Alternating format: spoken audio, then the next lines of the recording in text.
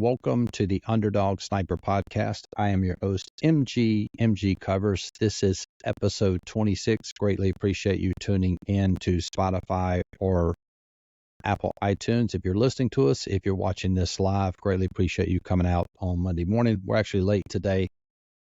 Had some technical difficulties, but we will record this podcast live on YouTube every Monday at 8 a.m. We have a ton to get through today in our podcast.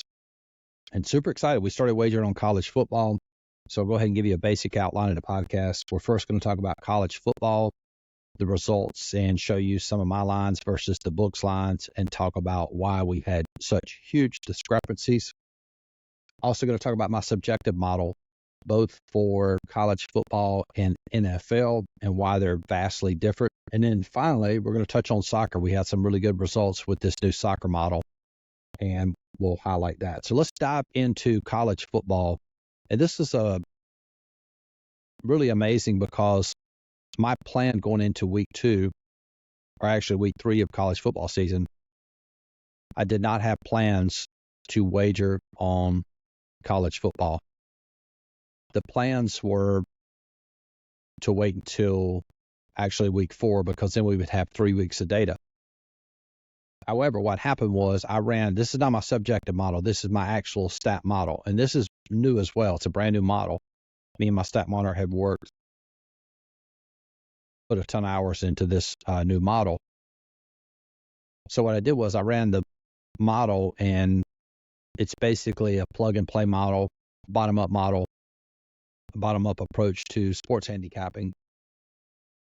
And we had 11 total plays. And then I looked at the line. This was probably like maybe Tuesday, I think. The line moved in our favor on 9 of 11 games. So we had 11 total plays via the model. The line had moved in our favor, meaning if our line was minus 11 and the book's line was minus 2.5, it moved to 3. So I thought, hey, that's generally a good sign. And that was the decision that I made. So again, in this business, you're always making adjustments, and there really are no rules per se. Again, you can't predict outcomes of these games. And so all you're trying to do is to make, quote, smart wagers. And I thought, considering the information that we had, those lines had moved in our favor, I thought it was smart to do that. And I'll go ahead and tell you the results. We had one push, and we ended up going 6-4. So we had a profitable day for our first week for college football. So I feel like we're actually ahead, because normally I wouldn't wager until week 3. Considering the data we had with the line movement, we went ahead and wagered and had a really successful start to the college football season. I ended up cashing 2 dogs as well. Not huge, but they were money line dogs as well. But really what I want to show you, and before we dive into that, I'm going to show you some of my lines. If you're watching this live on YouTube, you see some of the lines already. I've said this a gazillion times. It's very difficult to cap the very front part of a season. And what I mean by that, if you're talking NFL and college football, the first 2 weeks of the season, because nobody has any data, right?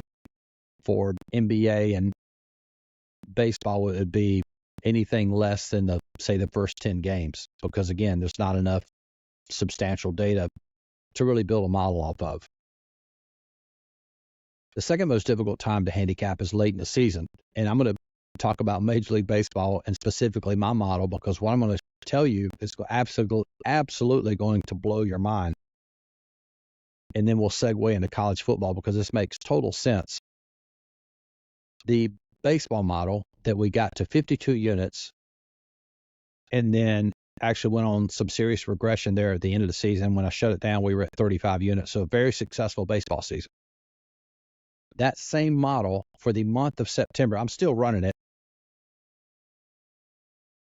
Through the first 16 days let's just say this. Yesterday was the first day the Major League Baseball model had a winning day for all of September. So it went the first 15 days, the first 15 days of September.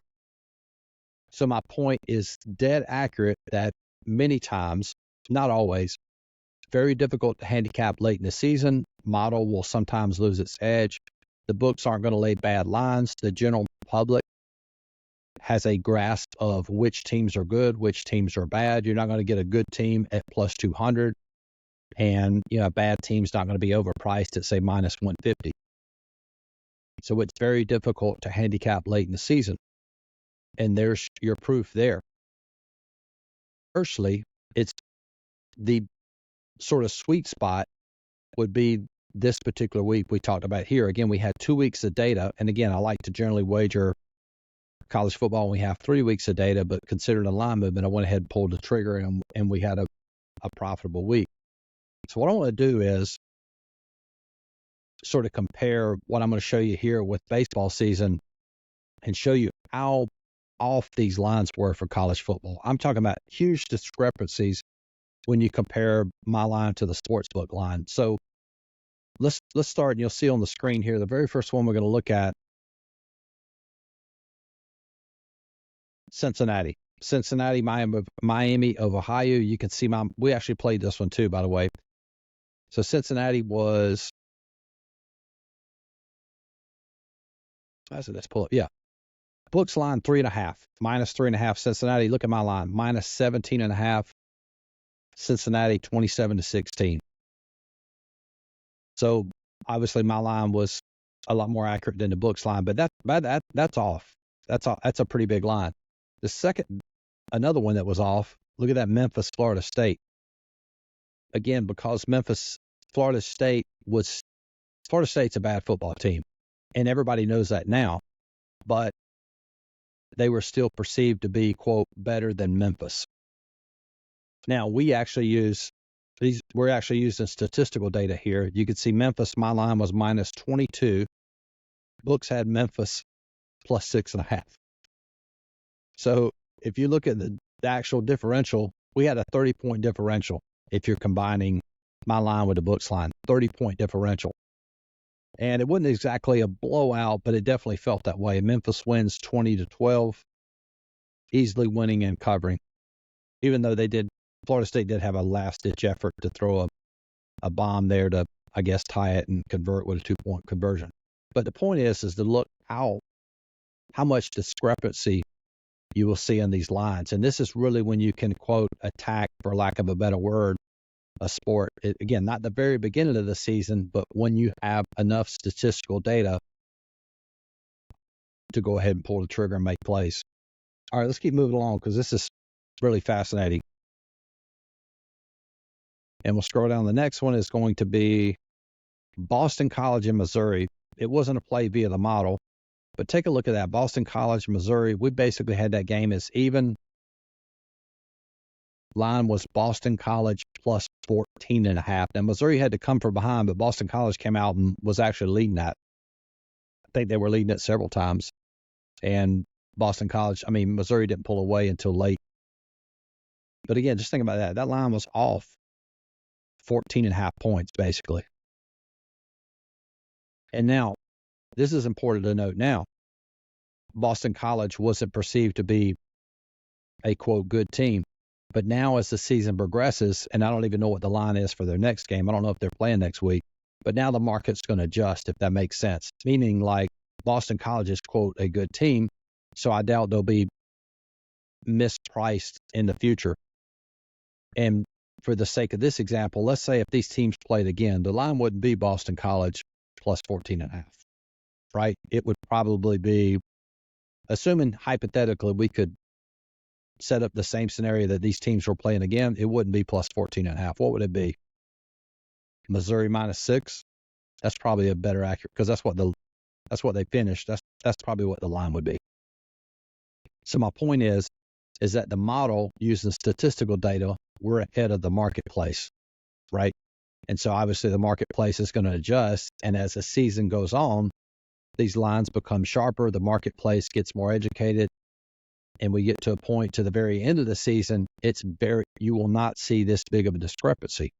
And it's the same reason why the MLB model basically crashed and burned here at the start of September. And that's why I've always said, and if you're tuning in for the first time, at some point, you're going to have to make a decision. I talked about this last week.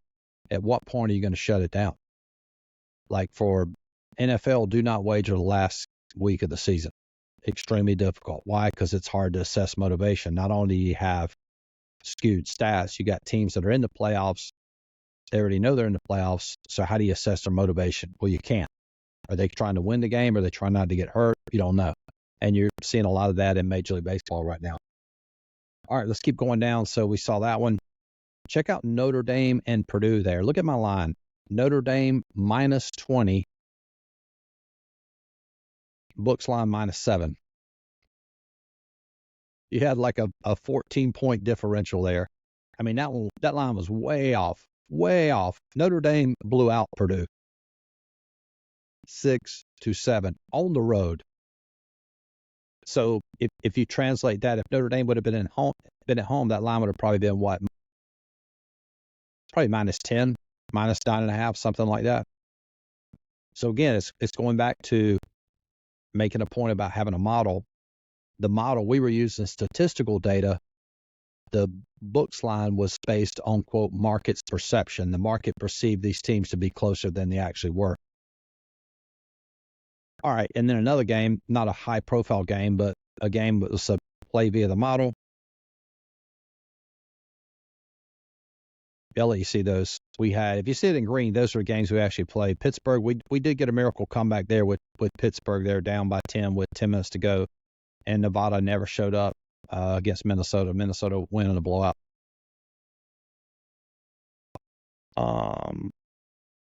Which one are we looking for now? We're looking for, Sam Houston, Hawaii there. Not a huge discrepancy. We had Sam Houston minus 10.5, and I think the line was like 3.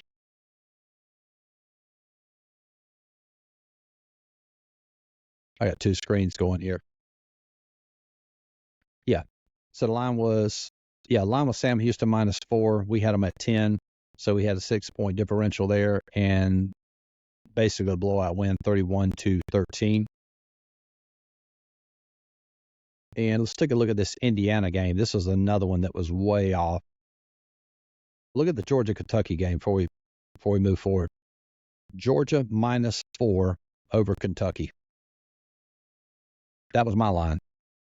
And they won 13-12. And what was the actual books line there?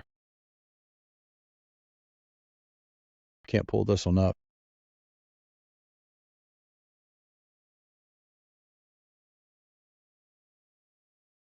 Apologies for the delay there. Oh, here we go. 21.5. So my line was Georgia minus 4. Books had Georgia at minus 21.5. So we had a 17-point differential. Huge discrepancy there. And Georgia could have easily lost that game. And again, that goes back to, me being a stat model guy. Best indication of future performance is most recent performance. If you use stats, it's basically like facts in sports betting. The statistical data is going to be way more accurate than the books line because we talked about this before. The books set a line based on the, quote, market perception. Considering Kentucky just basically didn't show up versus South Carolina, so it was an overreaction there. Had Georgia been at home, that line would have probably been minus 28. Georgia was on the road, so that's why it was set at 21, but it was actually a lot closer. And my model actually indicated that at minus 4. And here was another one that had a lot of perceived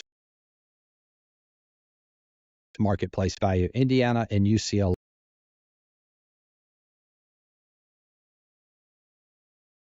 My line was Indiana minus 24.5 over UCLA.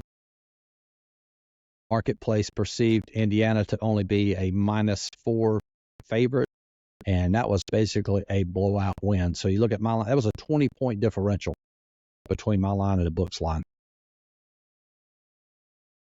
Huge. And again, as we move on, you won't see these big of a discrepancy. So again, to make your money in any sport, whether it's baseball, college football, there's that sweet spot, not at the very beginning, not at the very end, but somewhere in between. And then finally, can't believe I'm going to forget this one. Let me see if I can find this Toledo. Check out that Toledo line. We had Toledo -6, my line. Books had Toledo plus 10.5. So you're talking about a 16-point differential. Toledo blew out Mississippi State on the road, 41-17. Blew out an SEC team on the road. And so now, again, making a point about Mississippi State is the marketplace will adjust, right? So if this game was played again, would Mississippi State be -10, hypothetically? It would probably be. I still don't believe they would odds makers would make Mississippi State a dog. It would probably be maybe Mississippi State -2. But obviously the line you see there was way off. Way off. So huge discrepancies early on in the season, and I am super excited about this model. It's basically a plug-and-play model. The way we're still calculating lines, but the way we generate the criteria for a play is a little bit different than the actual line itself, because we're not using, like in the past, what we did was I would look at to see if we had at least a 5-point differential. And what I'm going to do immediately after this podcast, I may share these results on Instagram, is I'm just going to go through every single game and track where we had a 5-point differential, because sometimes comparing it that way, you might find we might be able to play the model this way. Again, it's new, so I don't know. So I'm going to go back and track those results as opposed to playing it the way that I did. And obviously the way I did play it was successful, but maybe we can add more volume to that and be able to produce more units for this moving forward into next week. So I'll check that after this podcast. So super fascinating. And again, you'll see books adjust and look for that too, because I think you'll see, teams like Mississippi State won't be, they might not be a favorite at home, depending on who they're playing. Okay. Next, I want to talk about the subjective model for, I don't know if I can pull this up or not. Let me see if I can. The subjective model for college football, which is basically not using any stats. And the reason I wanted to create that was we don't have any lines for college football, at least I don't. Years past, I sort of worked on this last year, and then I tweaked it again this year. And through the first 3 weeks, we ended up 67 and 50, 58%. Super, super excited about that model. And basically what the subjective model is, we don't use any stats for that. And what I did was I tried to create a model where we just played for the good teams and we played against the bad teams. And really excited about the progress. And what's interesting, to correct myself, originally last week, I said that probably the best way to play this model would be to play against the bad teams. But the bad teams, playing against the bad teams, went 31-17 week 1, 10-12 week 2, 4-6 week 3. So the actual playing against had a winning week for weeks 1, losing weeks week 2 and 3. However, playing for the top teams, and to give an example of top teams this week would have been Ole Miss. They beat Wake Forest, Alabama over Wisconsin, Auburn over New Mexico. So that's an example of a, quote, good team. So the record for playing for the good teams was 10-4, 5-9, losing week last week. And then this past week, it went 7-2. So if you add all those together, 67 and 50, 58%. So super excited. And that's a decent enough sample size to where when we go into next year, we can play this model with a lot of confidence. Again, there's always variance and, year to year, but I definitely feel confident about this model going into next year. And I also say this too, and I posted this on Instagram and YouTube. If you're a client, you have access to this model, which is insane. $50 to become a client. There's a link to join the description box. So for $50, you can see what this subjective model is all about. You'll be able to know how to calculate it.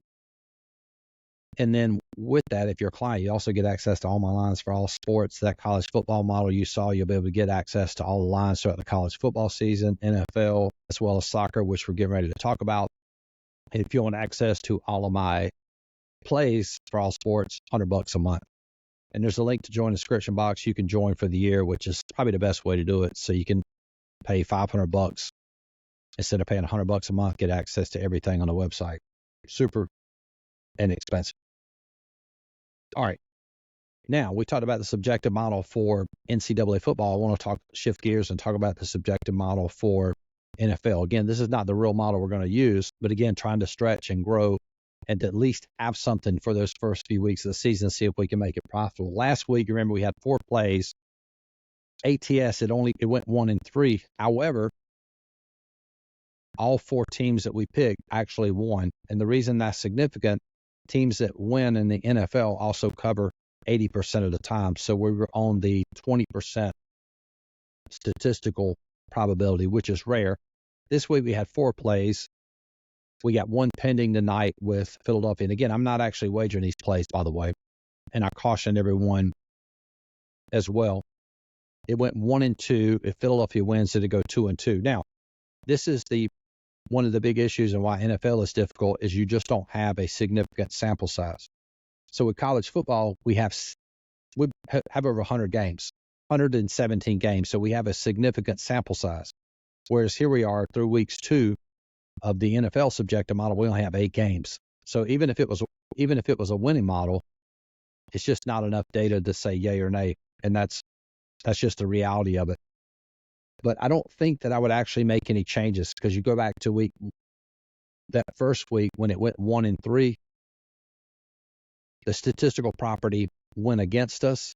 So if that situation comes up again, we might end up going 4-0 or 3-1. So I probably wouldn't change it. And then, like I say, the Eagles win tonight, it'd be 2-2. So it's difficult to say whether or not the way I'm factoring this subjective model is good or quote bad. We'll just have to see. And I'll run it again for next week. And also next week, after this week, I might end up running the NFL model just to see what it would look like. Either way, I'll probably show that to clients just to see, similar to what we did with college football. All right, so let's talk about soccer. If you follow me on Instagram, you already know what's going down, but I guess it was maybe 3 weeks ago, I was frustrated, and this has been a 4-year journey with soccer. The amount of time and energy I put into soccer has been crazy, and the reason that I refuse to give up on soccer is if we ever get a model that's profitable for soccer, you can run this 12 months because there's enough. You have the big leagues in the fall, Bundesliga, English Premier League, Series A, French League, have all those teams that go from the fall to the spring. And then you have MLS, Brazil Series A that you can run during the summer and first part of the fall. So you get 12 months of wagering. So if you ever figure out a model that's profitable, soccer would be a game changer. And that's really been my goal. And I think that this model might be the way to go. It's on a 6-0 run, and I can't ever remember ever having a 6-0 run. I'm sure we did, but it's just exciting because it's new. And again, I don't know if I mentioned this last week. I was so frustrated with that model. This is also a good tip for building models. Never throw away a model.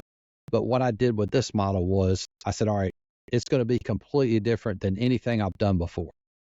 So it wasn't a lot of these versions that we've created with the soccer model here in the last couple of months have been a version of our quote base model. And I got away from that completely got away from that. And I'll tell you what I'm going to do. I'm going to give you guys, those of you listening to the podcast, I greatly appreciate the support. I'm going to give you actually a tip.